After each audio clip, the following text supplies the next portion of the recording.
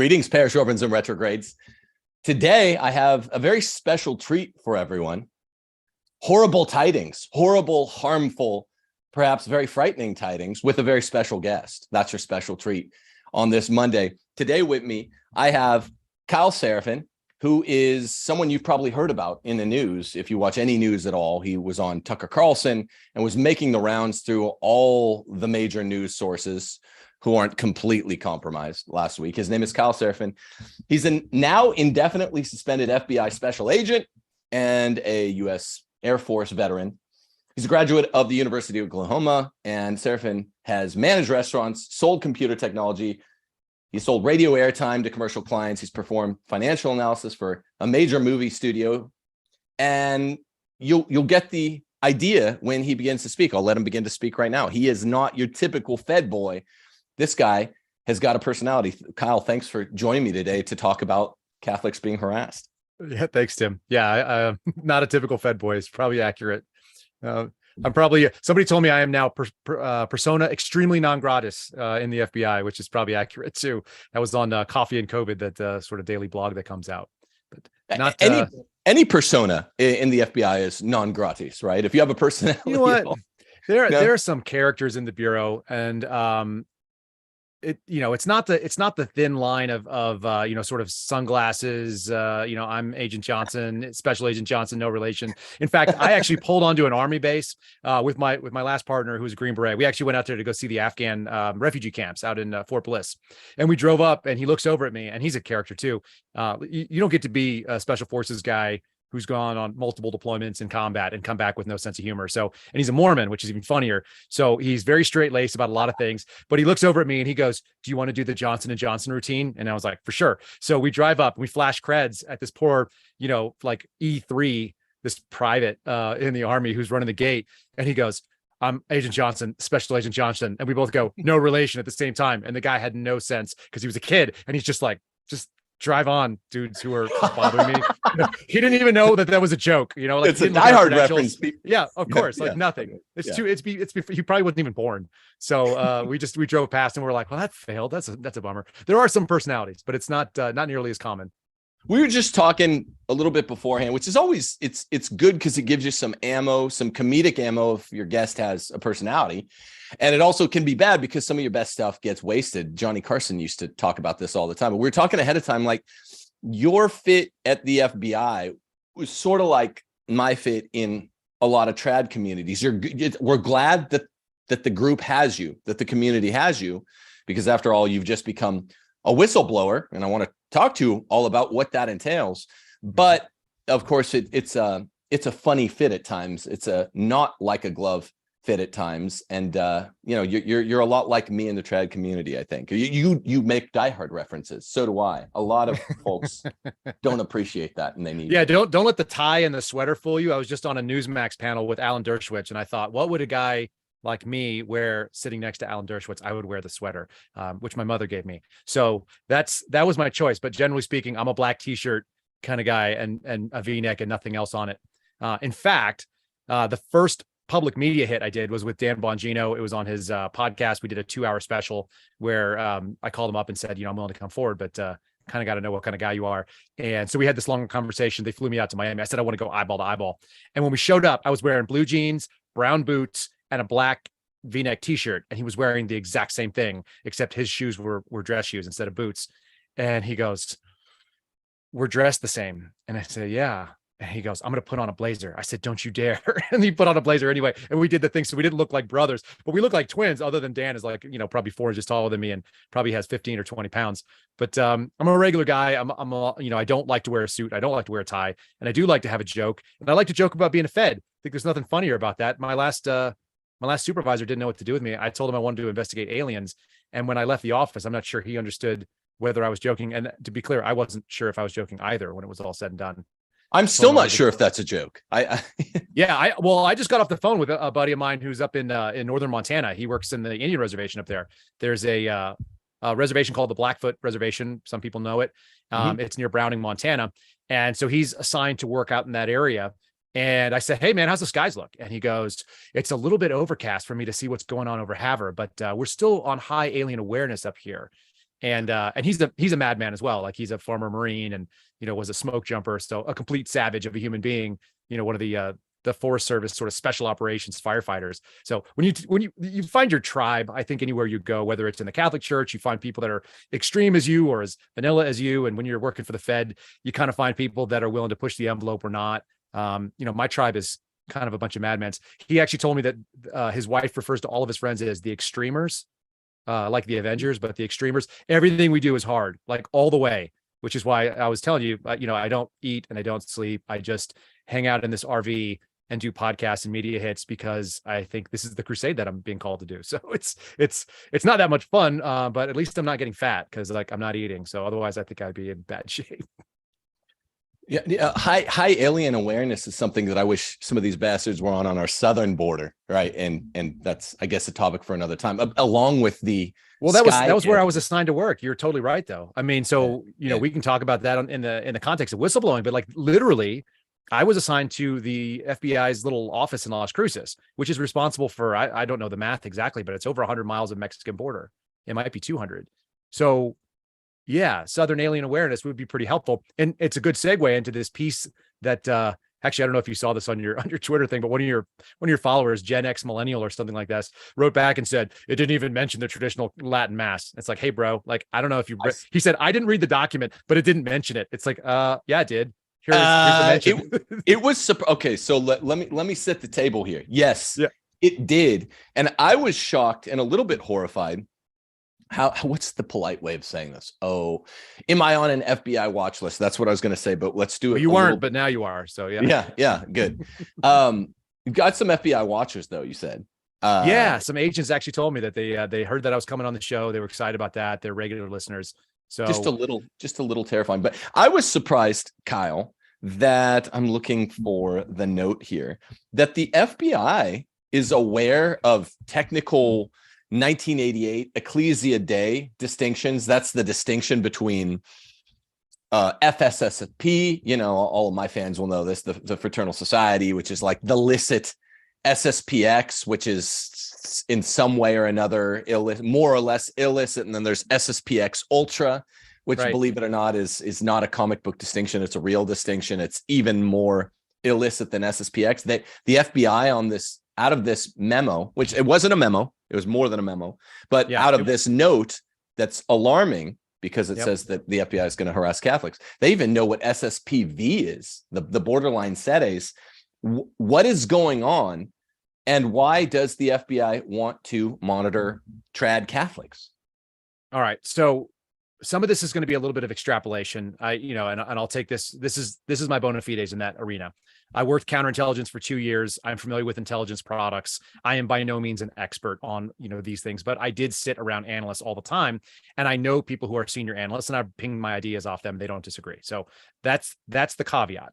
The product we're talking about, and I'm using the word product, that is a intelligence community speak for this so-called memo. It's not a memo. It's an intelligence product. There are finished and there are unfinished intelligence products. This is a memo plus, right? Well, it's what it is. It's a push that is it's like a term paper. It's like a white paper in a lot of ways. Okay. So it's something that is it's got analysis that is finished and it's considered to be reviewed. And it's peer reviewed by people inside the Bureau in their little work group. Then a senior intelligence analyst has to sign off. That's your supervisor. And then it goes up to the chief division counsel of that particular field office, which is the top lawyer who's supposed to be calling balls and strikes, what you can and can't do. And a finished intelligence product, in this case, it's called a domain perspective or a domain awareness product. It goes out to everybody in the area. But this was actually leaked to me by somebody in a totally different field office. So this went national. It just is not something that people who are in the intelligence world would be concerned about because they don't care about going after, what they're going to call rad trad Catholics. That's not a problem for them. The real problem is the sourcing is out of policy, which is that they use the Southern Poverty Law Center, which is garbage and is probably a hate group in and of itself. And then it went after, they used the Atlantic and talked about combat rosary breeds, like give me a break. And then you look at the last little piece there and they use the salon.com. So these are all lefty sources. There's no balance on it. And then the writer is writing from an ideological perspective, talking about abortion rights. Well, I think that when you're the government, you don't get involved in whether or not a right exists, particularly one as contentious as abortion. You just know that there is an action called abortion, and then there are certain laws, whether they are federal or otherwise. And in this case, the federal government has no purview over abortion. That's what your job is. This person is weighing in. And we know that they're weighing in, and they're using what they're going to consider like a fringe group of Catholicism to open the door. This is my opinion. This is my analysis. They're opening the door to come in and look at Catholics in general, which has 70 million adherents, from the very vanilla, creaster types that we all know that show up on Christmas and Easter, and maybe they got baptized and confirmed in high school, and then they never went to mass again. And then people who are very aggressive traditional adherents who are listening to the Latin mass and don't agree with the changes at Vatican II. So and I'm somewhere in between there, right? Like I attend church on Sundays with my wife. Like I by no means find, I don't go looking for a Latin mass, but I love it if I could find it. I learned Latin when I was a kid. My Latin is very weak at this point, and it was all classical Latin. It wasn't church Latin. So, I had Jesuits for high school, and I had Cistercians when I was in middle school. So that's the whole spectrum of wildly orthodox and sort of austere, and then sort of the libs that live in the Jesuit order. Jesbians. We call them Jesbians. Yes. That's a good one. It's true. And some of the most interesting priests I've ever known were Jesuits, because they had a very interesting world perspective. And some of the most austere and devout people I've ever met were Cistercians. And anyway, like I've seen all of it. And I wouldn't say that I can fall into the category of it. But what they're looking at, and this is my belief, the Richmond field office is looking, saying, where is a fringe group that we can get our fingers under the seam of Christianity? I'm not talking about Catholicism, the wider picture, because Christians are a problem, and they are moving for abortion as a right. That's what this writer is essentially trying to get access to. And when you can start recruiting sources, you do the same thing that the FBI did in the Muslim community after 9/11. And they had a 9/11. They just called it January 6th, and they believe that it came from white supremacists, Christian, unvaccinated, people who have these problems that are obviously a threat to our government. I'll add one last little bit, and I'll throw it back to you. But the thing that I've been predicting for the last probably eight or so months, and publicly for the last few months, is that the FBI is going to be looking for what they're calling anti-government / anti-authority violent extremists. The abbreviation is AGAVE with 2 A's in the middle. And they just put it out. I just found out from an intel analyst that this is a required banded threat, which is to say that it has to exist in every field office. It's a required banded threat across the United States for this fiscal year. They have to say that there is some level of anti-government, anti-authority violent extremists. And if you're a Catholic who doesn't like abortion and you don't want gay rights shoved down your throat, it turns out that you're probably one of them. So welcome to the list, everybody. All your listeners and a number of people in the FBI also are not comfortable with this, like other FBI agents who do go to the Latin mass, who do actually belong to some of these societies that hold these views. They're betrayed by their own agency at this point, and that's why they reached out to me. Two important questions. The first one is a distinction that I've heard you make quite a bit over the last week.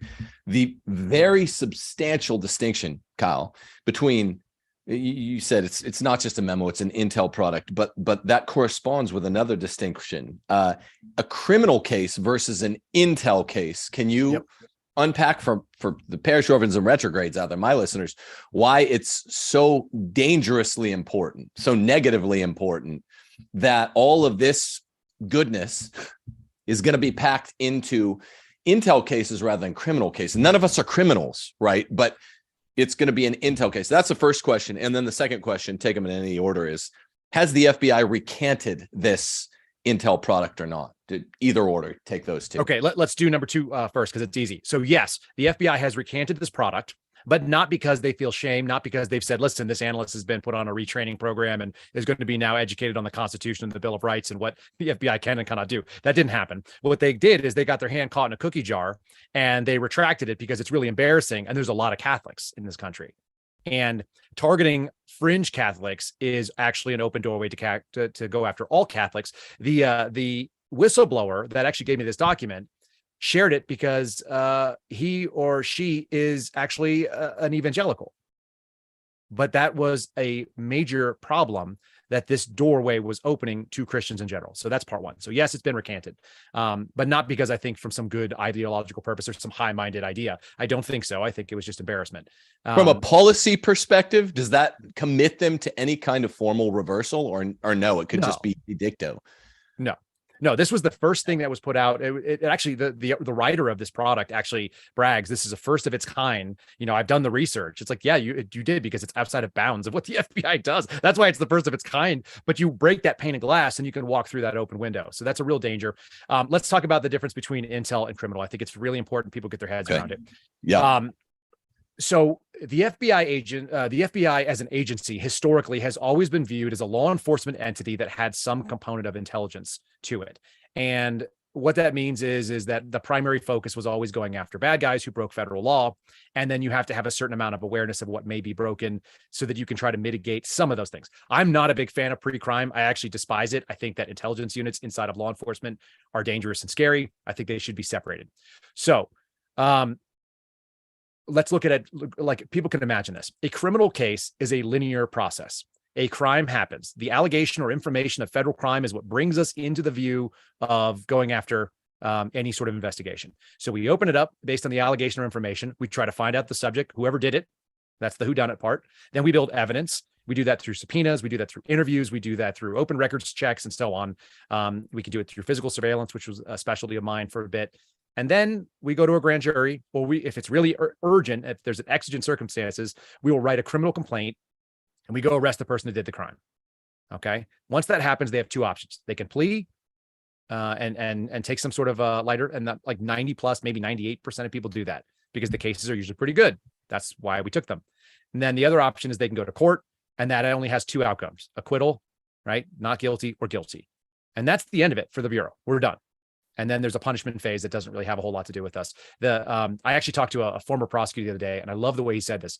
The federal government has no interest in the outcome of criminal prosecution. Their only interest should be in a pure process. That's not the case anymore, as people probably know. But so that's linear. That's criminal. Very straightforward. It is not considered to be the highest priority of the FBI anymore. When we talk about intelligence cases, we're talking about a circle. It starts somewhere, and then it never ends. It continues to go around, just like the thing that the graphic over your left shoulder. And when we talk about something that goes around in a circle, the fun thing about circles is they can have tangential spin-offs that turn into more circles. So this is a circle that begets more circles. An intelligence investigation has to be started on a threat. And a threat is very ambiguous because it's not a crime. It doesn't ever have to even amount to a crime. And the most abhorrent version of this that I saw, and I think people can recognize how dangerous this is, we had an Islamic attendee of a mosque in Virginia, in Woodbridge, Virginia. This is all public at this point, so I can talk about it a little bit. They had an intelligence investigation on this individual for 23 years. Whoa. And when they finally did the takedown, and this was a counterterrorism. So intelligence investigations have basically two flavors: counterintelligence, which is, contact with foreign entity, foreign power, and counterterrorism, which used to be a foreign entity known as a State Department designated terrorist organization. But it also now includes things like white supremacy and other vague things like militia violent extremists, or racially motivated violent extremists, or, anti-government, anti-authority violent extremists, all these other sort of domestic nonsense. This guy was watched for 23 years under the counterterrorism banner, and then was eventually arrested for a child pornography violation. Now, I want child pornographers arrested just like everybody else does. But what I don't want is our federal government looking at you for 2+ decades, trying to find what your crime is and then finding it. That is not an acceptable way. That's not an infringement we can accept as Americans. And we shouldn't accept that as people who are free citizens that have free will and are supposed to be answerable to God. We're not answerable to an omnipotent government. That's not the way that it's designed. And the government's job is not to sit there and make sure that your liberties stay within their boundaries. Their job is actually to defend your liberties, right? And make sure that you don't infringe on anybody else's. So it's really scary when you're looking at something like that, a 23+ year investigation. And some of these are not nearly as bad. They're only 5 to 8 years. But imagine somebody getting all of your toll records, all your text message back and forth, all of your bank records, everything you spent money on, your travel records from your Google account, and just watching you for a problem because you may or may not have made a phone call. There was one that we saw where somebody made a phone call to the consulate in New York, or not even that, the Russian consulate, some member of the Russian consulate in New York, for a 2-minute phone call that we don't know what the contents was, and never again. That spawned a 2+ year investigation, maybe ongoing at this point, could be up to 4 years at this point. And the allegation was that person made contact with someone that was PNG. that's not okay. We can't be doing that. You can't be just looking into someone because they were trying to order a pizza and they were, visiting their family member and they got one digit wrong and they didn't even realize that they were on hold and it was actually the consulate for the Russian, some Russian contact. That's not an acceptable thing for our federal government to do. So that's where people can get really, really scary. And that's where these things, this intelligence product could be used to supplement what we call the predication. That's the opening paragraph of your investigation. They can use it to say, Tim is an adherent as a radical Catholic, and as noted in this domain perspective dated on January 23rd of 2023 out of the Richmond field office, some of these people are much more likely to be ideologically aligned with white supremacists. And here's some other thing. He has a friend that we don't like, and he may or may not be a white supremacist. So we're going to open this case to mitigate threats. And that's where they would have access to all the national security tools. And those are very, very powerful tools. Some people would call them the Patriot Act tools. They're not all Patriot Act. That's a very specific number of legal authorities that you can access. But collectively, that's how it's kind of colloquially known. And these are all spying apparatuses. That's what they are. Like, that's what intelligence is. It's spying. So here's when we get into the fine distinctions you just talked about. A white supremacist, this is an intentionally badly defined term. Is this someone who says white lives matter? Is this somebody that says there should be a white history month since there's all the other months, all the rest of the colors of the bow?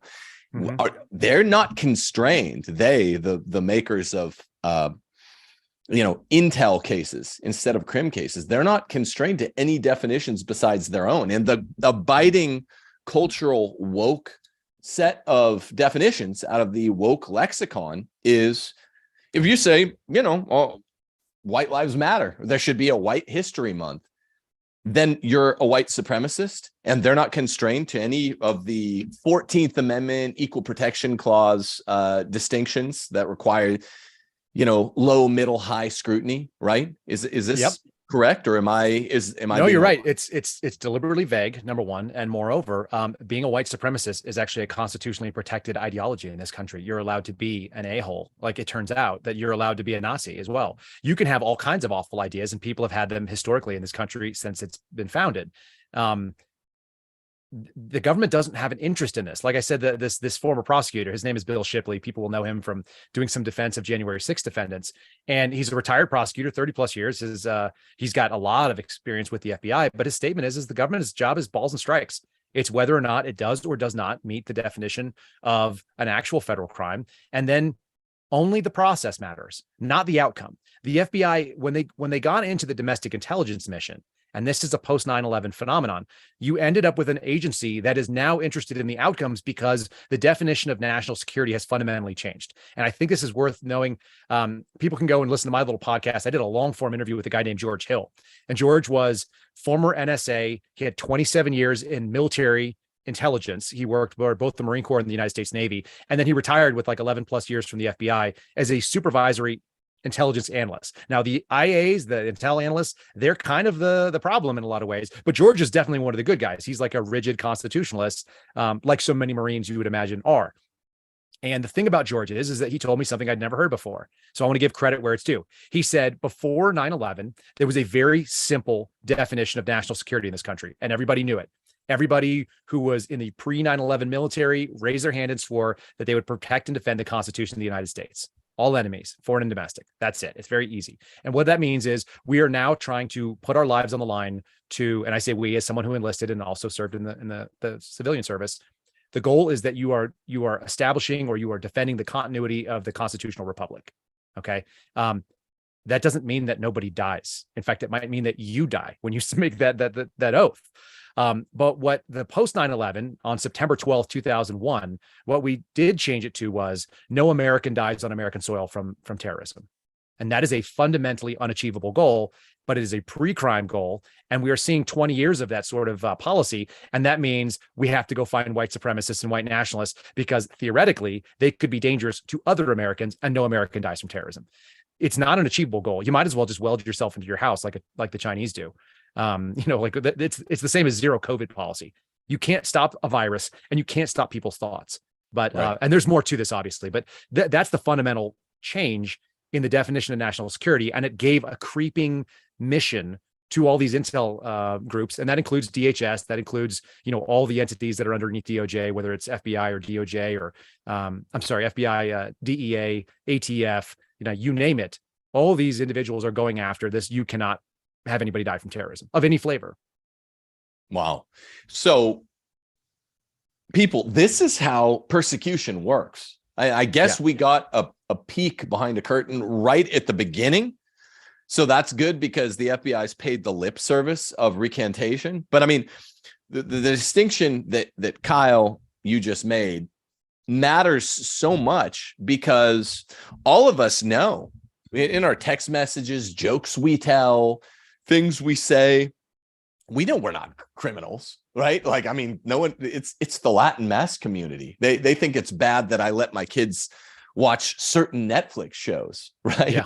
But because this is not a criminal case, this is an intel case. I know we're banging this drum hard, but persecution is the watchword, and people might not understand that yet. Because it's an intel case that is being talked about being opened or has been opened against TLM Catholics. And if you were to go the 3 or 4 main TLM Catholics in America, my name's going to come up.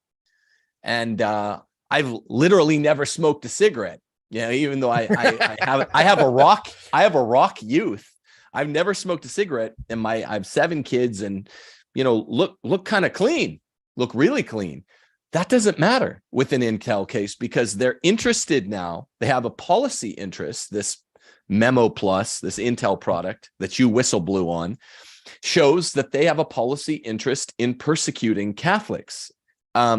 Because like you said it once today, you've said it a lot in the last week. The SPLC, the Southern Poverty Law Center, is now a source for the FBI. And this means that their definition is circumscribed only by that woke set of parameters that make someone like me, I guess, a white supremacist. I'm not. That's an odd thing. What they're claiming in this document is not explicitly that you're a white supremacist, is that you're acceptable or receptive to recruitment by white supremacists, who are obviously the boogeyman. As someone who's worked cases against white supremacists, and I can't tell you the number, but it's probably in the low dozens. We would be assigned to these types of cases. And what the average white supremacist, in my personal experience, I can't speak for everybody, but my team got sent all around the country.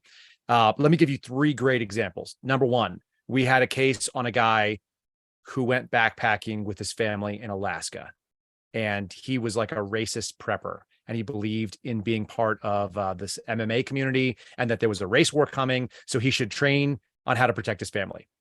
You don't have to agree with his assessment of the world to know that he's allowed to have that assessment. That's a perfectly reasonable thing to do. Even if it makes him an a-hole in public conversation, you don't want to hang out with him. He's allowed to have that. The government has no business. That's number 1. Number 2, khaki pants, Chuck Taylors, a 22-year-old kid wearing a polo shirt who was probably like making racist Reddit posts while he was getting a Starbucks latte. I watched that guy for a couple weeks. I don't know. Like, I just didn't see it. Like, what is that guy doing? Like, he's on the internet. He's a jerk. Like, that's allowed. That's another thing. You're allowed to be a jerk, and not everything you say on the internet has to be true or even represent you. There's plenty of people that are out there trolling, whether professionally or otherwise, because that's something that they're interested in doing. First Amendment protected, stay out of it. And then the last one was a guy who said that he was had these racist ideas, and he was down at a military base in the United States Marine Corps. And we watched him, and he was like 19 or 20 years old, and he'd never held hands with a girl. And, he was probably really lonely, and he wanted to get out of the Marine Corps. And he was kind of what we used to call like a scurver, which is somebody who like avoids doing PT and like anything hard. So, he was this guy that was trying to scurve out of his service, and he wanted to separate from the Marine Corps. So he kind of, said that he was suicidal and some other stuff. So we watched him for a little while. They actually sent undercovers, which is very expensive, by the way. They sent undercovers in to meet with this guy and took him out to dinner. And, like, you want to go and shoot up a police station full of black cops. And he was like, no, I kind of want to go and like meet a girl and maybe get a job and just get out of the Marine Corps. And I kind of hate what I'm doing. So it's like, at the end of the day, this is your white supremacy threat. I'm not saying there are not some like legitimately bad people in this country. There obviously are. And there's some obvious racists who maybe have some violent tendencies, but the threat, and I've been quoted in, think Julie Kelly quoted me saying this, but it's an obvious statement to me. The demand for white supremacy in this country vastly outstrips the supply of white supremacy. And if they're looking for you, it tells you that the sump pump is running low on pumpable material. And now we're going to start looking into this. It's not really even it's not a vehicle to go after Catholics. It's a vehicle to enter the Christian faiths in general, all denominations, because pretty much anti-abortion and not trying to teach your kids about LGBTQIA plus spectrum rights is that's a very mainstream Christian perspective, regardless of your denomination.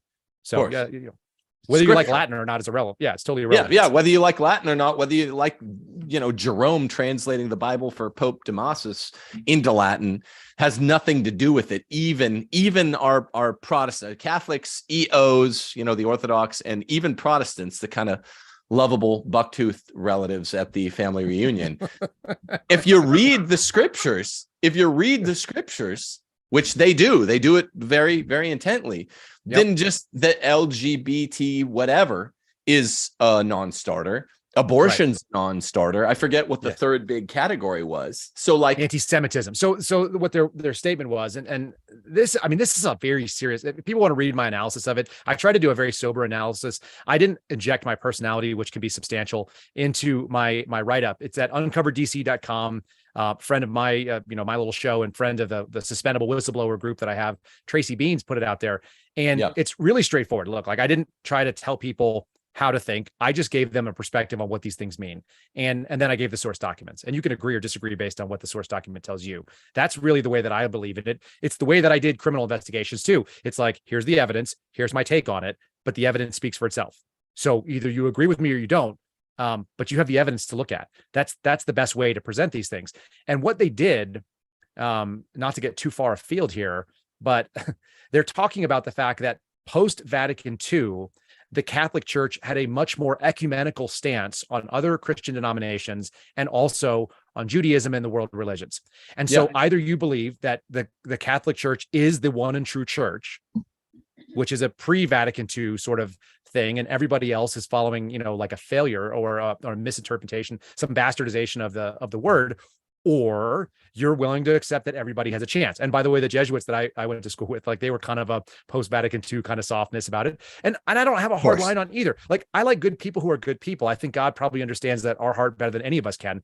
But I'm a Catholic. I told my wife, I said, if we're going to go to church, we're going to go to a Catholic church, because that's what I know. And she didn't have any church. She was an atheist her whole life. So, she's since been baptized. She was baptized last year at Easter, which I thought was amazing. It was a miraculous thing to watch. I'll interject another little cool thing, because I went to America Fest and I got to speak on stage. Very weird. 10,000 people with their cell phone like lights up there like a rock concert. And Tucker Carlson was the first major speech of that event. And he said something that I think is really, really valuable, probably to all people of any Christian denomination, but it's really, I think, special to Catholics, even though he's not a Catholic. He said, I'm not going to waste my time believing in a religion that doesn't promise miracles. Yeah. I really like that. It was like my favorite thing I've heard anybody say about it, from a non-Catholic even. But what he said was, it's like, look, you need a faith that promises miracles, because the world is full of a lot of corruption and a lot of strange things. And there's no reason that you and I, Tim, should be sitting here having this conversation. I should be doing Indian crime investigations in New Mexico by all rights. But the powers of evil in this country have kind of conspired and funneled me down this channel. And so I'm sitting here talking to you about this. And I really do believe that if I had tried to tell people, here's my plan, I'm going to take all the things the FBI is doing that's wrong, I'm going to expose them in the public, I'm going to get other people to come and bring them to me so I can bring them to Congress and to the news media, and then I'm going to go and be like a messenger talking about how the FBI is doing evil things to people. Like you'd be a crazy person to believe that was doable 18 months ago. All right. Like, it's just, there's no reason that I should have been sitting on Tucker Carlson talking about those things, as you mentioned. But I do believe that there's a plan. I do believe in this sort of miraculous sort of path that it's on. And so far the FBI hasn't kicked down my door, which is also a kind of a minor miracle, because, they're willing to operate outside the boundaries of propriety. I actually talked to Mark Kaut last night, which is also crazy. And that's another person who's kind of been a victim of this. The FBI has tipped their hand. They're willing to go full bore into a place that they have no ability to really, they ought not to be weighing in on it. Like, the FBI doesn't care about abortion rights. At least it doesn't by statute, except they do. So two things. I want to back you up a second. First off, technically speaking, if you read the Vatican II documents, this is a talking point on this channel. We're a little bit of a bridge. It's the one nice thing we do. The rest of it's all mean. Vatican II does not make the church technically any more ecumenical in the hard scatological ways you're talking about to the rest of the world than pre-Vatican II did. Like that's the kind of thing that can't change. Jesus is the way, the truth, and the life. It's, you know, he's the single way. So that's a common misconception that even a lot of trads have. They think Vatican II changes this. It didn't. I think that's something that I grasp. What's interesting is that that's what the document called out as a potential for singling out trad Catholics. So that's funny to me. It also tells me this person probably has never met anybody that attends Latin Mass, anybody like in the wide scale Catholic Church. Like Catholics tend to be like, especially the ones that I run around with, folks like you who have, you know, like a smattering of children. I'm one of 6 kids. My mother is one of she's one of 8. My dad was one of 5. You know, I've got 3. We might have to keep going because I feel like just replacing yourself by one is not enough in this world. We have to outbreed evil. And and when you're doing that, these are not the kind of people that are into white supremacy. It's just not the way it works. Even the Mormon people that are out there and I have some wonderful Mormon friends, like for whatever the sort of the idiosyncrasies of their religious beliefs, like they're super nice people and they make a lot of babies and their babies are really nice people and they're well behaved and, you know, they're good Americans. So blonde. They're so blonde. My buddy has got like a dark beard like this. It's like scruffy and ugly and he's got black hair and his wife is like a beautiful tall blonde. And I always laughed and I was like, man, like she was really slumming when she picked you up. And then I saw pictures of him in uniform and he didn't look like such a dirtbag, but he grows this like scruff and was he kind of blonde? As long as he was kind of blonde, they'll accept. No. He is like black-haired, curly, like this, like just curly, black-haired savage who, you know, just wants to go to war. And the Mormons are blonde supremacists. Are those? Yes. Is that one of the FBI's designations for like because they are not yet. They are BS blonde supremacists. Wait, but you never my second follow-up to that was just asking for a follow-up from you. What happened to those 3 ridiculous cases that you mentioned? The guy that went to Alaska that likes MMA and doesn't like white people getting beaten up. That's a terrorist. What happened to him? What happened to the other 2 young guys you mentioned? Like it's Alaska a circle, not a line. So yes, Alaska guy was actually arrested because they found a criminal case. When you get enough time on it, he was arrested for being mean to Antifa in Los Angeles. No way. Possibly incitement of violence. Yeah. And so the movement was called Rise Against. People can look it up. Rise Against is the name of their group. They had some like YouTube premises. They have like hard rock music and some like tough guy looking videos and whatnot. Amusingly enough, I had a tumbler, like a hot and cold, you know, drink tumbler in the case briefing before we went out and started watching this guy. And one of the things on my tumbler was and it's sitting in my truck, so I can't show you, but it's a Viking skull with a red beard and a sword going through the head. And it is the unit symbol for the special tactics unit that my buddy serves on. It was something I trained to do, and we met in the Air Force doing that. And they came up and they saw the red bearded skull with a knife in it. And they said, should you even be in this briefing with a symbol like that? And I said, a symbol like what? Like what? And they go, like, isn't that kind of on the same tier as these guys? And I go, I don't know. This is a special operations group that defends your freedom. So I don't know if I piss off is sort of my thought about it.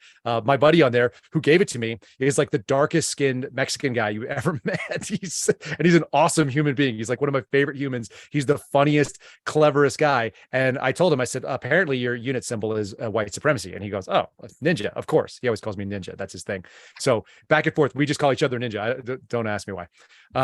You're like so nonchalant about that. Like they're literally like, maybe we'll look at you. That doesn't make you even a little twitchy, Kyle. I mean, I work there. It's like, come after me, like come at me, bro. That's my theory about the FBI, because as much as everybody thinks it's this behemoth, you know, I'm over here making it bleed with a pocket knife cutting at its ankles, and it's Godzilla and I'm one guy, but there's a reason why I'm here and I'm doing this. And there's a reason why the FBI is vulnerable, because it's wrong. That's the thing. The things that is wrong. And it doesn't, the threat tag that was tagging parents, like I'm a parent, I won't put my kids in school. I don't know if you guys do homeschooling, but like, there's no way I trust government schools. Like you'd be a fool at this point. Right. So I'm looking down the barrel of it and going, I'm a parent and I don't want parents targeted if they do choose to use government schools. And I'm a Catholic and I don't want them targeting Catholics. So I'm just one guy, and I'm having at least some impact, particularly with the large number of Catholics inside the FBI.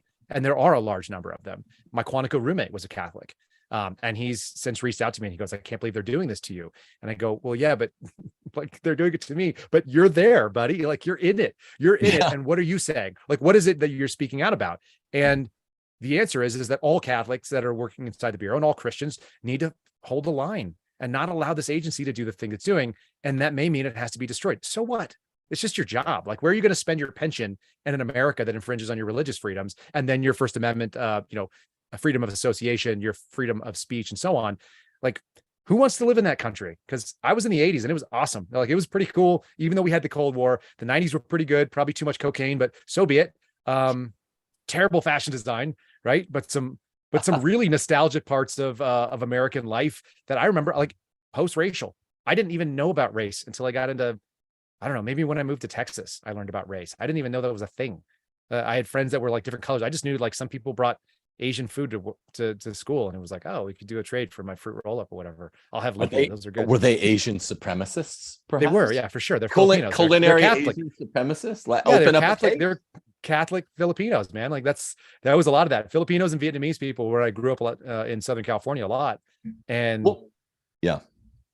What do you do with that? Like, what a crazy thing. The other two, one was an ongoing case. They eventually all just lose attention. They fall into the back. They do what we call papering the file.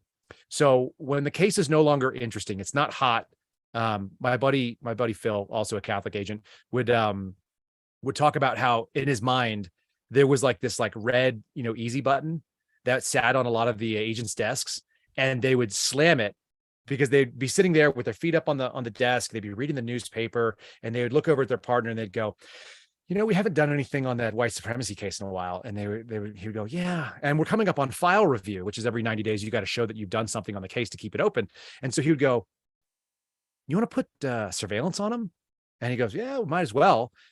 Hit the button for surveillance. Okay, so they hit the surveillance button, which is essentially they would just write up what we call electronic communication, an EC, and they would request surveillance, and then it would come to my team. But at my end, when I received the button, it was like a red klaxon and a siren going off in the hangar. It's like, meh, meh. Like, this is the big one. This is the big one. We got a white supremacy case. So everybody, like, grab your gear. Like, we're scrambling. So you'd scramble around, you jump in your cars, and you go out and you watch this guy for a couple of weeks, and he'd be like, it's a kid who likes Starbucks, and he's like working on his resume, but he's a racist, maybe. That was what we would see. And so we would do that until it wasn't interesting anymore. And then they would have enough on the file to kick it down for 90 more days. And then they would use a different technique. They'd like, what if we put up a pole cam outside of his house? And then they would hit the button that would go to the pole cam guy. And then he would go and install a camera outside on the street or whatever. Like, all I'm saying is that we were a tool, and oftentimes it resulted in nothing. And it would just be not that interesting after. Like, physical surveillance is really expensive, by the way. My team was $5,000 a day in salaries to field for 8-hour shifts locally. But when we would go out to like Alaska, figure $10,000 a day between travel, per diem, hotels, rental cars, fuel, all that stuff. Like 10 grand a day for an 8-hour shift of like basically a dude who put a backpack in the back of his truck and then drove off and went into the wilderness. It's like, what are we doing here? I mean, this is wild. Like, the laughter is perfect because there's no accountability for money the way that it would be in the private sector. Well, if you don't laugh, you cry. But this is, yes. I mean, literally, what do you have advice for those of us that are coming under this yoke? Because it's actually horrifying. I fear the federal government. I'm a big states' rights guy. I'm sure that's going to really help my case, right? That's right. I feel the federal government, and I'm a big constitutional guy. When I went to law school, I just took all the constitutional classes. I didn't want to practice. For private reasons. I was working on a PhD and got sort of forced into law school because my daughter was born more or less sick. So I went to law school, took all the constitutional classes, and I'm like, what pushback can there be? Because this is admin law. This is some combination of the intel community and the admin agencies. Yes. What federalism constrains this? Is it literally just the kind of vox populi that guys like you, whistleblowers, are coming to represent? I guess we need to talk about this. What is your advice? What's the good news? I'm not sure how good any of the news is because, I came out publicly. We're looking down a Congress that has said they're going to do something about this, but the FBI has already been funded for this actual calendar year, and they got a $1.5 billion bump in their budget. Right? They went from like 9.5 to over 9.5, maybe 9.8 to something like $11.3 billion.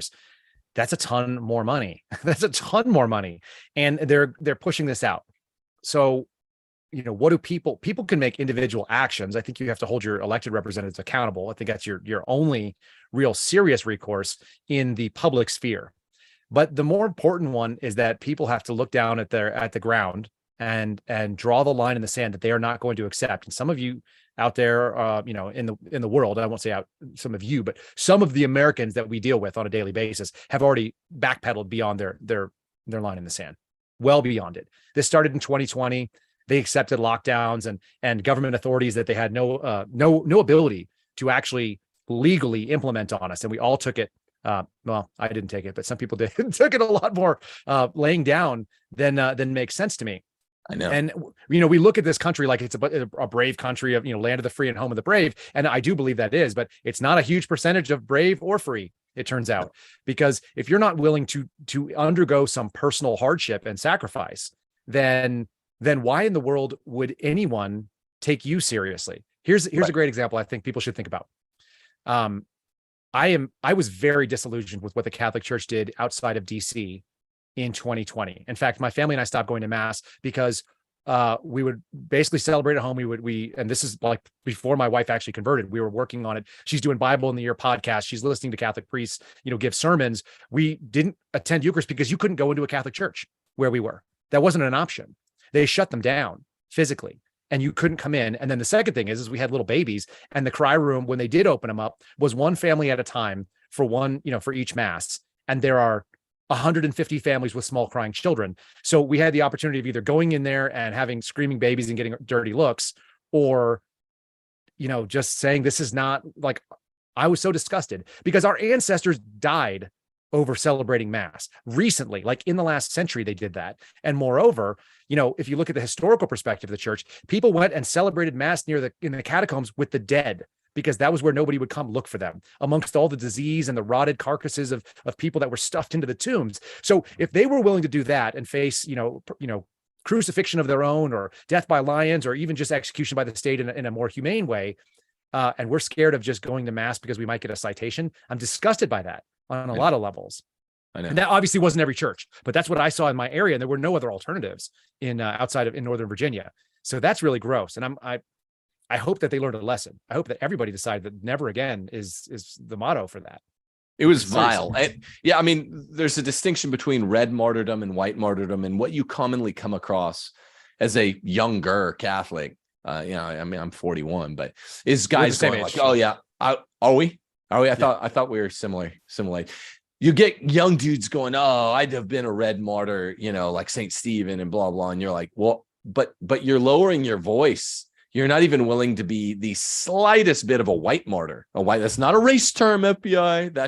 That means someone persecuted. They're fired from their job. They're, I've been fired from several jobs. I just lost my Patreon account a week and a half ago. And this is nothing. And this is what I was telling people. That is nothing compared to being fed to the lions in the Colosseum. So it's been horrible. But yes. Now we're stepping up. It looks like you have no good news to offer, because it sounds like you are the herald of the news that people are going to get the FBI knocking at their door for going to Latin mass and making a joke, a text joke to their friends, what they thought was a private text joke to their friend. Right.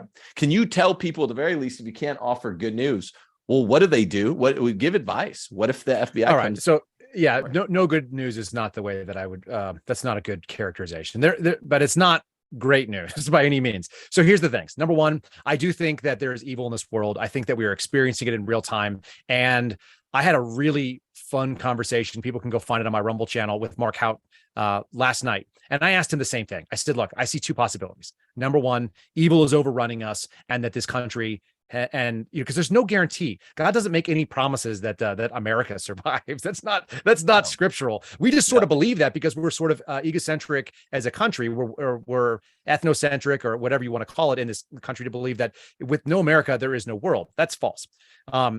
So we have to take concrete actions. I'm a big believer in sort of pray to God but row for the shore kind of mentality. Like, you can cry out and ask for help to calm the storm, but like, pick up the damn oars and get after it and start moving, because like, your actions are part of the plan, if there is a plan at all, that you're going to be, coming out the other end of it.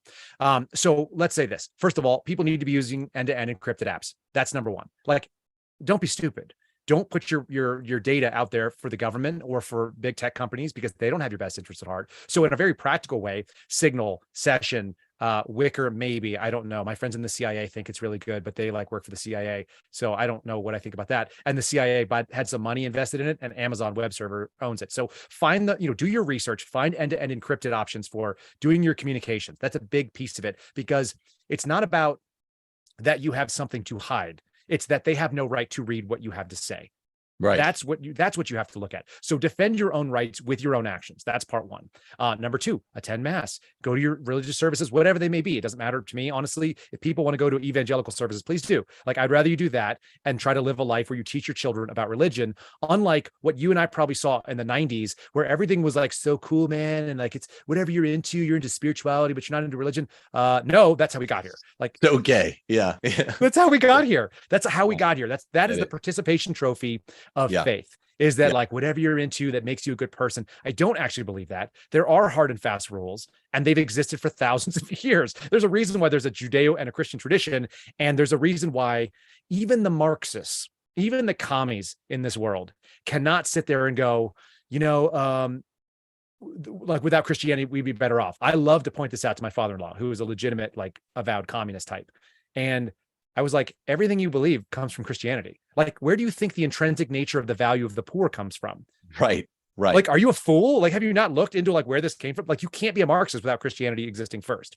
You just think that you're post-Christian. And I would argue the results don't really favor what you've said. So, the most cogent argument against racial supremacy of any kind, I don't think it's a particularly very important category, pro or con, but I am first and foremost a Christian, and I've made myself unpopular in shows past by citing what Christ says in me, Christ, there is neither, actually it's St. Paul, in Christ there's neither Greek nor Jew. People are like, well, you get some of that, not white supremacists, but you get people that might tend one iota in that direction. They're like, well, that's not what that means. That basically is what that means. And if you like to smash racism, as the secular hardcore kids of upstate New York say, they might not like Christianity, but they want to take from it. They want to nurse from it all of its best arguments and secularize them. Well, that doesn't work. The reason that we're not allowed to hate anyone, even our very real enemies, much less imagined racial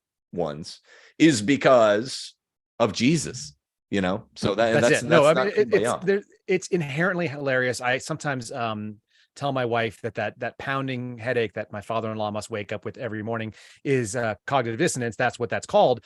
Yeah. And I imagine if you are a leftist, that is your problem. You can't tell me you don't believe in owning firearms, right? But that cops should be the only ones who have them, but you want to defund the cops. You don't like cops. Like, everything you say doesn't make any damn sense at all. Right. And your arguments are fundamentally at a very humanist level. Like, oh, I'm a humanist, I'm not a Christian. Like, well, you're making Christian arguments. So just enjoy them, because I enjoy that you make them. I agree with you. You're basically trying to cut off the premise and just give me, the outcome of what the argument is. But the premise is what we're talking about right now. So it is funny. The other thing, so like I said, protect your data. That's a big deal. People need to do that. They need to make steps to know where their lines are in the sand and then not budge on them, and then know that there's going to be consequences. Like, there's a concept called stress inoculation. You ever heard this term? No. It's probably a military primarily. It's something that I experienced when I went through survival school, when I did some of the difficult trainings that I did, which are a ton of fun. Like there's some joy when you're a 27-year-old idiot and you don't have a wife and you don't have to like answer to anybody, where they just like beat the living hell out of you physically and emotionally and mentally. And you get paid, like $900 every 2 weeks. Like, there's some joy in that. And part of the training is that they want to expose you to the hardship that you may face and show you some coping mechanisms so that when it does happen in reality, it's not the first time you see it. Great example. There's a guy named Mike Durant. He was the helicopter pilot on Black Hawk Down.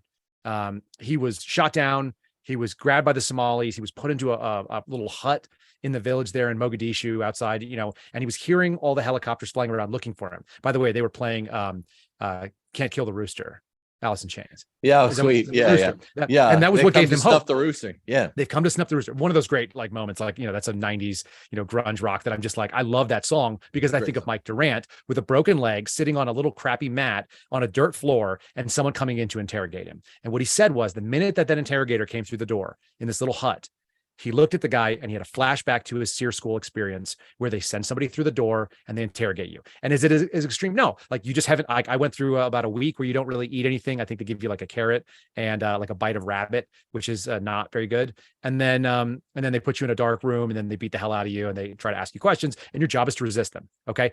The stress inoculation is you have seen something difficult. Someone has come to interrogate you under bad circumstances, and you are prepared for that because you've seen something like that. Prepare yourself mentally for the things that may challenge you, whether it's someone at your job saying something that is absurd, asking you to sign a pledge that you will not sign, and then don't do it. You set your feet, what the possible consequences are. It's like, I might get fired over this and I will have to find something else. Work your plan B for your income.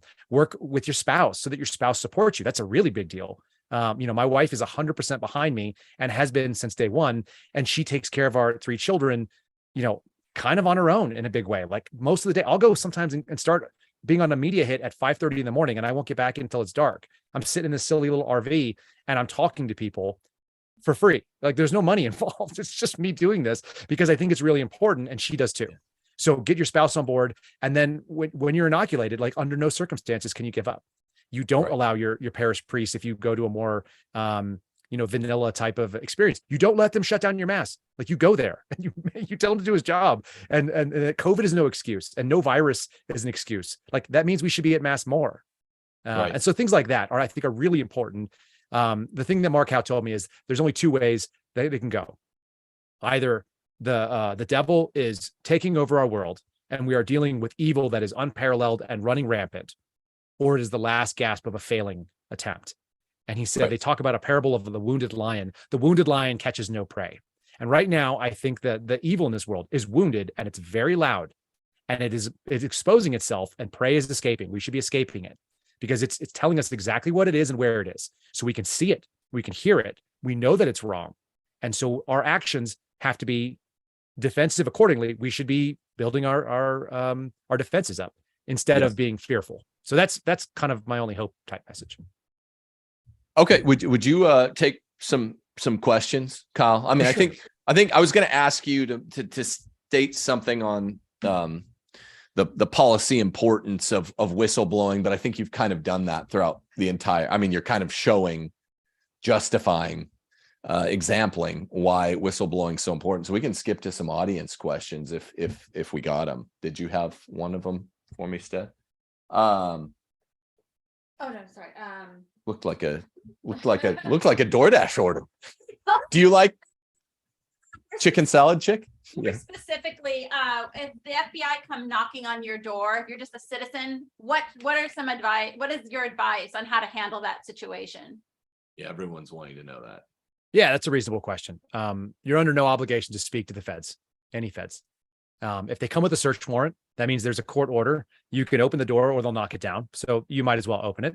I've had this advice when I was in the military. I actually had a search warrant served on my trailer. I owned a little Airstream and they said, we have a search warrant. We're going to take your door off or you can open it. It's like, well, that's easy. I'll just open it. That's your option. If they come for an arrest warrant and they don't know you're in the house and you're like, they still have to find you. So, I'm not advocating that people flee or avoid, prosecution of a felony or anything along those lines. But if there's an arrest warrant for you and they don't have probable cause to believe that you're in that house, and they don't have a arrest warrant to get into the home and they can ask if you're there, you're under no obligation to say anything to the feds. Just don't lie to them. So FBI, DEA, ATF, DHS entities, whether it be HSI or otherwise, you have no obligation to share any information. This is what the Fifth Amendment says. You don't have to self-incriminate. You don't have to be cooperative. You just cannot be an obstruction. So I think that's the deal. Here's the other part of it. Everybody talks to the feds. Every time I knock on the door, they talk to me.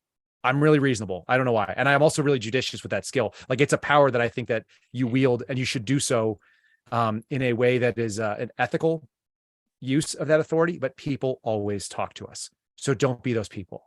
Just shut your mouth. Don't like, let them work their case. If they're going to do a case against you and they're going to come in, they're going to take whatever they're going to take. So be it. You have no obligation to help, and you shouldn't, particularly when you know that you haven't done anything wrong. So that's the best advice I can give anybody. It's really hard, but once again, this is stress inoculation. Make the decision up front. Put yourself in the scenario. Role play it with your spouse if you have to. Knock, knock. Who's there? It's the FBI. Thanks so much for coming. I hope you have a search warrant. Oh, well, come back when you do. Goodbye. Please get off my property. I'm going to be calling the sheriff's department. Yeah, that's fine. You're welcome to do that. What about something that is sort of the it's whispered in the background? Are they planting evidence? Is the FBI planting evidence? Are they, what if they, particularly on your computer, are they taking computers, and are they doing, I mean, this is what everyone's afraid of. This is what everyone whispers about. I would never have believed that until recently. I'm now on the fence whether that's possible or not. It's really gross to think about it. There are wonderful people that work in the Bureau, and I'm friends with them. And that's why I'm friends with them, because they're wonderful people. There are not scrupulous people everywhere. It doesn't take very many people to be ideologically motivated and doing something dangerous. I have no evidence to believe that that is happening, but I do have people like Cheryl Atkinson, who I've spoken to, and whose story is incredibly plausible to me. And that's terrifying. It doesn't take very many bad actors. The other possibility is this: are there bad actors who are associated with and are willing to do things on behalf because they have an ideological bend and they know they can help build a case and they get paid for it? So the story about like Ray Epps, people always ask, well, was Ray Epps a Fed at January 6th? I don't know. But if I had to guess, I would bet that he was a source for somebody. I just don't think he was an FBI source. But for awareness, the FBI's budget is $1.3 billion for this coming year, or this current year we're in. DHS is like $123 billion. There are a lot of intelligence operations that are happening on the DHS side of things. So is that, and then there's ATF and there's DEA and there's other, there's a Marshal Service. There's all these different entities. They all are running sources, and sources get paid when they build cases. So the possibility of somebody helping to build a case thinking they're doing a good thing is real. It's terrifying. It's absolutely terrifying to imagine that. And the guy, James Meek, I don't know if you saw his story. He got arrested by ABC. I am very, very suspicious of him because he's a competent and skilled operator when it comes to moving intelligence. The original story was that he had classified documents, but he actually had a search warrant served on him for child pornography. I knew it when it happened because my friends were on that search warrant. And it's weird because it was on Dropbox. So, the thing is that the possibility, let's say that the possibility exists, but I wouldn't say it's a high probability, but it's a real concern. We have to be aware of it. You have to be talking to our friends about these things. I wouldn't be whispering it. I'd be talking the way I'm talking to you, that we have to know that possibilities exist, that our government has been corrupted, and that some of the entities are. And the only way that happens is because the FBI has lost its shine with intel products like we talked about. That's how they lost our credibility. So here's the super chat. Kyle, do agents at your level speculate how orders and policies are formed by upper management? Are agents like you quarantined from upper management? So I had weird access to upper management that a lot of people didn't, because I was in these dog and pony shows with my surveillance team. I also, I think that engaging, can I tell a funny story? Yeah, go for it. Okay. So we have a position that's the GS-15. It's so it's the highest on the general schedule. It's the assistant special agent in charge, and the assistant special agent in charge of my unit when I was working surveillance came out to our offsite location, and he was in a suit, and my boss was in a suit, and they never wore suits, so it was always like, uh-oh, like what's going on? So I see them and I just run the other way. Like, you don't want to be like, I don't know, I was in the military, I was enlisted, I was at E3. You don't want to hang out when the general comes to go like do an inspection. You want to be somewhere else. So I went into the conference room. And I'm looking around and I'm doing my thing. And I'm also a joker, as you can probably tell. So I come out of this conference room, and bam, here they are. All three of them. It's the supervisor for the aviation squad, the surveillance supervisor, and this ASAC. They're all wearing suits. And I'm like, I can't get away, because I looked him right in the eye and I knew I was stuck. And my boss goes, oh, sir, like, here's Kyle Serafin. Like, he's one of our agents. He's on whatever, the Bravo team. And I was like, shoot. So he goes, hey, Kyle, it's nice to meet you. And I was like, yeah, it's nice to meet you too, sir. Just want to let you know that we're all out of Milanos. And he goes, you're what? I said, I was just in the conference room and the box is totally empty. We're totally out of Milanos. None. And he goes, are you talking about the Milanos cookies? And he kind of gives me this hard look. And I go, yes, sir, from Pepperidge Farms, there are none left. So just letting you know. And he goes, why would you tell me that? And I kind of look at him for a second, and I'm not really sure what I think of it. I just go, I don't really know what it is that you do. And I think I've made a mistake. And then I do like an about face and I start walking off, and he's like, get the hell over here. Like, what are you doing? Like, so then he starts laughing, to his credit, and he jokes. But I loved doing stuff like that with people that thought that they were at the top of the food chain, because we're all just people. We all just are normal human beings. We all put our pants on one leg at a time. I put mine on it too. I just jump into them because I don't have time. I got kids. But end of the day, these are regular people. I do see what executive management is. And here's the weirdest part, because I worked at a Washington field for 5 years. So the people that are at the top of the FBI's food chain were in the middle of the food chain at my field office. Peter Strzok was my buddy's boss. Andy McCabe was my buddy's boss. I know people that know these guys that like got to the top, literally the number 2 in the FBI. The woman who ended up taking my security clearance and is in charge of all human resources and training and security. She was my boss. Right. She was my boss's boss, but she like ran my division that I was at. She wrote me an award for like $3,000 for doing a great job. And then she told me that I was sexist, racist, and maybe homophobic, and therefore I couldn't have a security clearance like a couple of months later. So that's really funny. I do have sound like a great guy on paper. Yeah, on paper, I'm terrifying. I was really threatening too. Not only did they say that, but they actually reported me to the Office of Insider Threat, which you can imagine as being like traitors and spies. And then they moved me to the National Security Squad from a criminal squad. They took me from investigating like people who hung themselves on Indian reservations to like whatever our most sensitive operations were in that office, because I'm obviously a national security threat. They don't make any sense. So people should know that it's not so much like the X-Files, okay? People sitting in the room with the cancer man that are smoking the cigarettes and the lights are out and everybody's wearing an overcoat like late in the day. That's not what it is. It's closer to like Idiocracy. Okay. Yeah. I don't watch political dramas, but people told me like the analogy for people is it's not West Wing, it's Veep. And I think that's true. It's a clown show. Like these people are not serious human beings. They're just trying to get a couple $1,000s more on their pension, and they're willing to do whatever they're told to do that. The deep state is kind of a misnomer because it's really an administrative state. It's not deep or interesting or like scary. It's just fools who are out there trying to add money to their pension, and they are willing to compromise their ethics. I'll leave this with you. The producer for my little podcast said a GS-15 in the FBI, and obviously everybody above them as well, because that's how you get promoted above. A GS-15, which is that assistant special agent in charge position, is any person who never said no to a bad idea. Right. So it's easier to see it that way than it is like this malign force that's out there like looking to infringe on your rights. Like, no, they just don't. But I mean, how does that square with the story? You're like, this guy that whatever went to Alaska. They're like, he went to Alaska, he must be dangerous. And then they arrested him because he didn't like Antifa. Like that could be any non-low T guy out there that might have dusted it up with, right? I mean, non-low T, yeah, any non-beta, right? So any non-beta. How long did he go away for? I mean, you're like, I have to look it up. I haven't dug into it. Like, like I said, I know the guy wasn't a great guy, but like I think the process probably failed. And was he not a great guy? That's what I'm saying. Like, I don't know. Like his background that was brief didn't sound like he was going to be someone that I want to hang out with.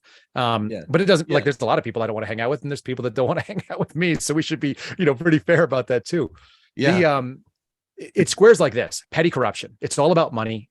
This is my assessment. This is, my opinion, whatever level of expertise I have in it. I do believe it's about money. I do believe it's very simply about money. It's about getting a little bit more money in your paycheck and your pension and, kind of progressing. Some of it is about status too. I think that's also part of the petty corruption. But when we're talking about these things, the reason why you go after the guy who's a racist MMA fighter, amateur. By the way, he went and fought some fights in Russia or something like that. I think that was kind of funny. The reason why you go after that guy is because you are incentivized to have certain number and certain types of metrics checked off. We have a whole program called the Field Office Strategic Plan, or FOSP, and there's this like integrated threat matrix, this ITM, and like all these other horrible government acronyms that is essentially a negotiation between FBI headquarters and the field, saying FBI headquarters says, we predict with pretty strong capabilities that there's going to be a lot of white supremacists in your area. And we would like you to like show that you can get 11 cases on them, like you did last year. And they would go, ooh, I don't know if there's as many white supremacists as you think. I think we could get 8 cases on them. And then so they go back and forth and they decide at 9 cases. So they're going to open 9 new white supremacy cases, and then they're incentivized to hit those metrics. So as long as there's 10 or 10 cases, like you got the gold star, and that means you get promoted. And then everybody in the chain is promoted along with it. So the special agent in charge of the field office gets a bonus for hitting the metrics. And there's a bunch of metrics. They're not just, white supremacy cases, but like they get a bonus.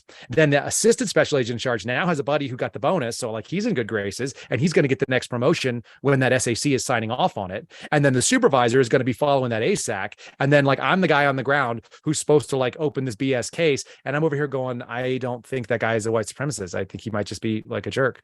So maybe we don't do that. And there's not enough people saying, hey, we're not going to do that. The numbers of them that tend to be overwhelmingly unvaccinated for COVID, Christian, and they're on the chopping block right now with the FBI. And all my whistleblowers fit that category. My whistleblowers, they're all unvaccinated Christians, every one of them. It's a universal. That seems insane to me, but that is like the only, and they're all getting their paychecks suspended. And they're all being listed as like possible insider threats, and they're all getting, removed from their job and their paycheck in order to starve us out. What they didn't realize. I meant to kick this out before you're finishing a story, but do not forget to say where people can support you and find you and can continue the story. But I meant to say this like 5 times. As a guy who just got canceled on Patreon, people remember to go change your Patreon accounts over to Locals for Timothy Gordon or Subscribe Star. You need to be probably shouting that out for yourself too. Then finish that narrative. So yeah, I've been trying not to ask for a lot of money or monthly. Not like I sold my house. So let's just talk about my situation, right? So I saw this coming. I knew this was a possibility. My wife and I have always felt like if you're in a national security job, it is your responsibility to be able to be financially solvent in times of financial hardship. I believe that's true. That's not common, by the way, in the government. When the government shut down in 2019 for a sequester, we only missed 1 paycheck and only by a couple of days. I had people panicking that were GS 1310s making $170,000+ a year in DC or outside of DC. They were legitimately not sure how they were going to make their next mortgage payment. That's incredible. But there are people that are literally paycheck to paycheck on a strong 6-figure income, working for the federal government for 20+ years. That's unacceptable. So I would never put myself in that space. And what we did is we sold our house because my house was going to cost me, between bills and mortgage and everything else, probably $3,000 a month to maintain. That's a pretty big hole in the bucket. And then I got to feed, 3 mouths plus my wife and I. And so that's not cheap. And you got to pay for insurance, and we don't have any other debt. We only had mortgage. So I have no debt. That's the only upside. And I have some money that I put away from selling the house for equity. And that's what we're living on so that we don't have to go out there and beg, and I don't have to capitulate to the federal government. That being said, not all my friends are in perfect situations. And I've been supporting other whistleblowers. I've sent we have a Give, Send, Go that's got maybe $35,000 raised. And I sent at least 15,000 of that to other whistleblowers. So I'm a pass-through in the way that people pass through documents and I go public with them. I've been passing through cash to them as well. So if people want to go to the Give, Send, Go, it's my name. My name is the tag to all the stuff I do. So on Twitter, it's at Kyle Seraphin. On True Social, it's at Kyle Seraphin. On YouTube, it's at Kyle Seraphin. We're going to start loading our podcast content up there. Rumble, / Kyle Seraphin. And the Give, Send, Go is the same. Give, Send, Go / Kyle Seraphin. We've had some remarkably generous people. We've had some really wonderful, prayer messages come in. So that's all wonderful stuff. And I do read those and we do share them, and it does add a boost. It's not just about the finances, obviously, like knowing that people are out there and appreciate what we're into, but there's some people that are not public, and they may be public soon, that I'm kind of the face of, if you will. And so that's the pass through that people are welcome to go through. And I think that we're probably right on the edge of being able to request a sponsor. I might even have some read sponsors or something on my podcast. So if people want to watch my podcast, I'd love it. We have a lot of fun with it. I meet some really cool people, and I have access to like a well of people that most people do not, which is to say former intelligence types, in FBI, NSA, stuff like that. Well, I appreciate your time. Oh, one last question, 2 last questions. These could be one-liners. One, Black identity extremism was a designation I believe the FBI used in 2017. No one's able to find it now. Did that vanish or what? Like they scrub these. Yeah, they scrub these things all the time. They scrub them. Do you know the BIE designation? Because when I got fired in 2020 for talking out against Black Lives Matter that summer. I lost my job as theology department chairman at Garces Memorial in California. People were like, what's Black identity extremist? I'm typing in and I don't see it. I'm like, well, I saw it. It was there. BLM was once a BIE. What's funny about that is that, well, it's not funny. It's tragic, actually. When I was at the academy, one of my colleagues and a really great guy sat right next to me, and Mormon, but wonderful human being and like really capable FBI agent, one of those people that spoke Russian. So of course he went and worked Indian crimes and went off into the hinterlands. And blonde, super blonde. Oh yeah, he was definitely blonde. Like Jeremy is blonde. But a former Dallas cop, and 3 of his friends were killed by that extremist in Dallas while we were at the FBI Academy in 2016. So you're 100% correct that there is a Black identity extremist type. I've seen intelligence products that they're very few and far between. They're scant and they're scarce, but I haven't seen them in a while, and they are definitely downplayed in a way that white supremacy is the FBI's favorite boogeyman. That's what pays the bills to Congress. So for whatever reason, they censoring these things, scrubbing them off the internal servers. Apparently this happens on a fairly frequent basis. What they do is they look at the country and they decide in a predictive way, in a precog Minority Report kind of way, what is the threat landscape. And that's how, Catholics made it on there, because Catholics don't like abortion. And so anybody that might have a problem with abortion, and if you're an ideological actor, which there are a lot of them in the intelligence community, and they are mostly based on an academic lean and a lot of time being indoctrinated by leftist institutions. When you spend a bunch of your time getting a master's degree or a PhD and you don't have critical thinking skills, which we keep raising children without for some reason, we're just, that's where you get these products. Kind of a fun little thought, like you and me in maybe a lesser way are more punk rock than the punk rock these days, because the most punk rock thing, and I think Gavin McInnes said it, which he's not like a role model for me by any means, but he did say something very true. And it's like the most punk rock thing in the world you could do is you can go marry one woman and have a couple of kids and raise them in a traditional faith. Like now you're Mr. Punk Rock. Like that's what the resistance looks like. So it's very funny to me that these like leftist types think that they're resisting something. It's like, no, you're the bad guys. You don't realize it, but you're the bad guys at this point. Yeah. Rage Against the Machine once saying, fuck you, I won't do what you tell me. Right. But go get the shot immediately and do whatever you're told. Go get the shot or follow the rules of the school marms, or you're not welcome at our concerts. Do what they tell you. It's unbelievable. It's amazing though. But like, I think that's what reveals a lack of foundation. And it goes back to what we were talking about with the Marxists too. If you have a lack of foundation in what you're actually saying, you're not going to be able to make any stands. And so that is the set your feet in the sand, because you're going to lose a little bit of ground. That's what happens when you get hit and you're standing in the sand. Yeah. I don't know if you've ever had a fight on the beach, but you lose ground. But you have to set your feet firmly enough on the beach. But once you're out there, you're like you may get knocked over a little bit. You got to be able to set your feet so you got enough wiggle room that you don't cross that line. And I think all of us are being put to that decision, not to mix metaphors, but we're put for the decision for all of our chips, financially speaking, spiritually, your own degree of looking your children in the eyes, because at some point they're going to come to us. Like our children's generation is going to look at us and say, what did you do to try to stop this onslaught for our freedoms? And the answer is either going to be, I did these following things, and this is what I suffered, and that's why we had to move around all the time when you were a kid. Or you're going to say, well, I just shut my mouth, and now I have this nice pension, and I live in a decent house. And by the way, the government cameras are all around our house now. They can hear us talking about this. That's what's at stake. Right. And technically, I have had a fight I fought a couple bouncers with my brother on Huntington Beach, but we were on the street. We weren't on the sand. So it was a bad one. Kyle, so tell people where they can find you. Hang out for a second after we close this down. I want to ask you a couple other things. Tell people where they can find you. I mean, you're very visible these days, and close it down with any kind of outro you want. Just tell us where they can find you. That's how we usually do it. Yeah, fair enough. It wasn't my goal to be a public figure in any way. I would have been happy to just keep working, crimes that nobody cared about. But now you can find me on True Social and on Twitter. Like I said, at Kyle Seraphin is the handle for all those.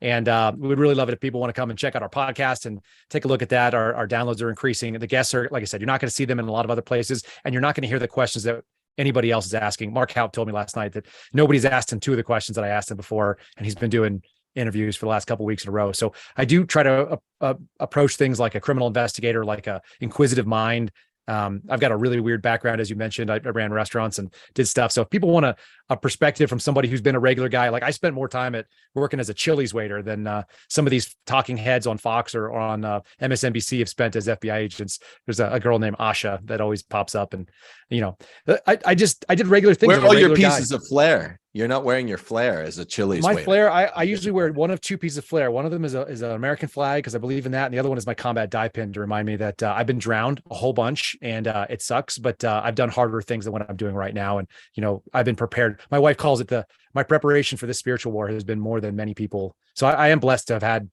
a lot of experience before I got to this. So yeah, anyway, people can find those. I answer a lot of questions on Twitter. Even I don't care what size account you have. If you write something crazy to me, I will respond. I don't respond to mental illness. That's the only thing I'll say. And I do hope those people get help. But beyond that, fire away, come at will. And I will be following you shortly. And people can find me in your follows, and they'll see some of the stuff obviously that we're talking about here. But I really do appreciate the opportunity to speak to your audience because I think it's fun. This was fun and terrifying. And yeah, that's how it works. Well, all right. Well, everyone out there, if you want to give to Kyle's Give, Send, Go, we'll try to put that in the show notes. Yeah. And do probably, I strongly recommend giving to Kyle's Give, Send, Go. I very strongly recommend giving to my replacements for Patreon, which are now gone, which was taken away from me almost 2 weeks ago tomorrow.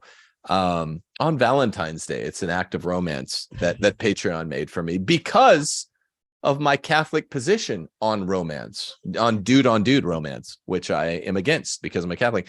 So if you want to go find me on Subscribestar or Locals, I would appreciate it. Also, get out of your blue state, get to a red state, go to realestateforlife.org. Man, that's just another category of mine that's not going to make me popular with the Fed boys. I'm quite nervous. I mean, like I said, there's a short list of kind of trad Catholic American casters, 4 or 5 guys. I'm definitely one of them, and then I'm also the guy that loves the South. I love pre-Civil War. Okay, I'm gonna go start making a well or whatever. Yeah, dig a well, and then probably get a battery backup so they can cancel you, and you could still be able to like make a pot of coffee, stuff like that. Right. I'll dig a well too. I was saying make a will, but that's a little more drastic. Oh, a will. Yeah, no, definitely. Well. That's a well standard too. Yeah. It'll be depends on what state. Here's the thing: some states don't care. Like it's common property; it just gets passed, so it's good to go.